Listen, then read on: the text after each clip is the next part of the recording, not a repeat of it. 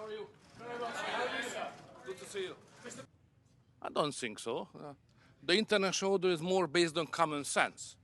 And the President of the United States is a man of the common sense, as you have seen just recently to manage the conflict between Iran and Israel. So he's the man of common sense, which means that the new wars getting shorter and the old wars are running out of the fuel, which is the consequence of his activity. To Europe. Is Putin the biggest threat to Europe?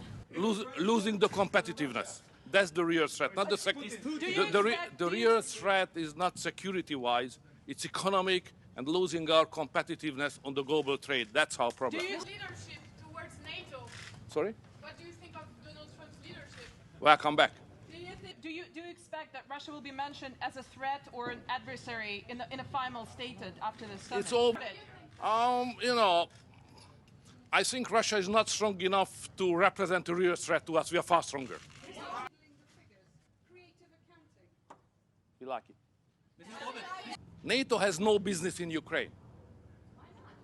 Ukraine is not member of NATO, neither Russia. And my job is to keep it as it is. Thank you very much.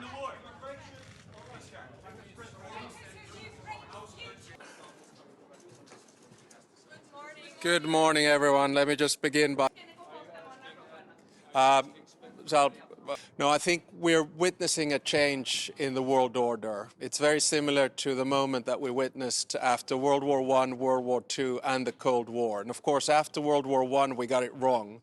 After World War II, the balance was more or less right. And after the Cold War, I think we got intellectually lazy. Now we need to sort things out, understand that the time of Western dominance is over. We're moving towards a world which is more transactional, which is more multipolar, and which is more disorderly. And this means, at least for a country like Finland, that we need to have close allies and we need to work on building up our security and defense.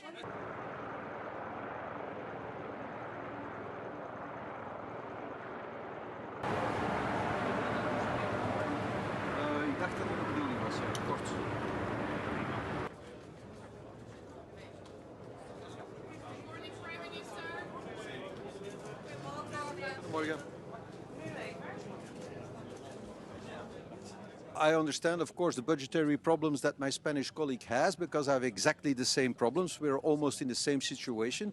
So if he says that he can achieve the capability targets of Spain spending less money, that's an interpretation that he has. Mark Rutte has confirmed that this interpretation is correct. And if he can do so, that would be great. And of course, if he can do so, others can do so as well. And we will certainly also try to achieve our capability targets. And if possible, spend less than 3.5% of our GDP. Okay?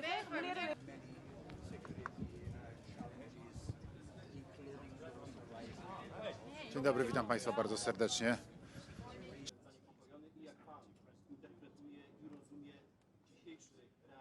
I think that Russia is exhausted because of their aggression against Ukraine after this more than 3 years of aggression. Yes, and I don't expect that Russia is ready to attack other country now, but in the future, this is real risk.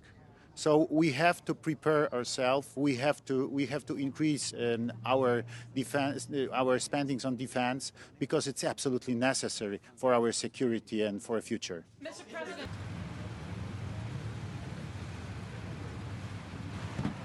Yes, please.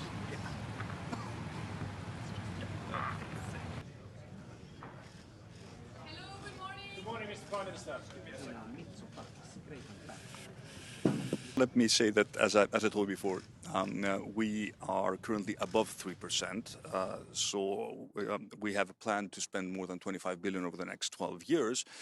So we will reach the 3.5 plus 1.5% threshold by 2035. But the point of an alliance is to make sure that there is a fair burden sharing, and that there is no sense that certain countries are sort of free riding on the defense commitment of other countries. So I think it is important to understand that these targets, I think, should be binding, and they should be binding for all 32 members of the alliance. Thank you. Good morning, it's Silver. I think we should choose the motto, make NATO great again. And in the center of this ambition is 5% level of spending. 5% do not deter. The percentages do not fight on the battlefield, but they must be translated into the cash, and the cash should be translated into real capabilities. We have to admit we are lagging behind of Russia. And Russia is producing much more equipment and ammunition as we taken together. Allies should have this conversation today at the table. I don't know if there will be some conversation. It would be very useful because it would be pretty clear what is Article 5. And maybe we need this very frank discussion about Article 5, because if we describe and we understand Article 5, we all together, we understand, our understanding is the same, of course it would mean that organization will be safer without no interpretations. Maybe this discussion has to come.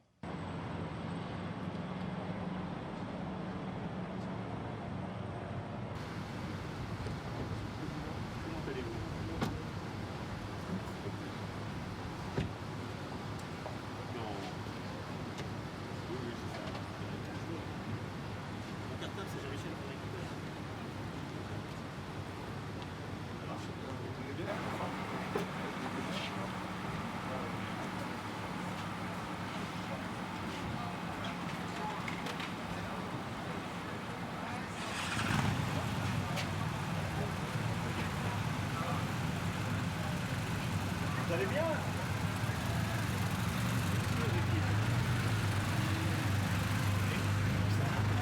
Oui, très bien. Tout le monde a un corridor.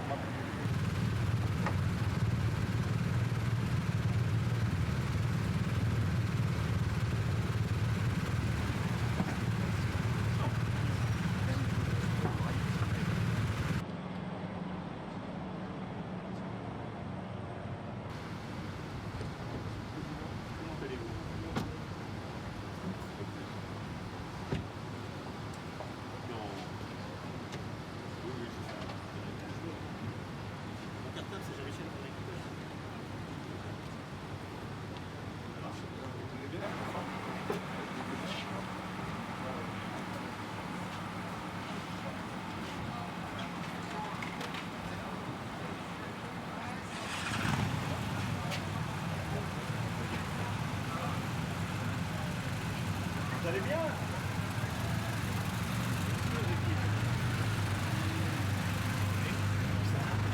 Oui, très bien. Tout le monde a un corridor.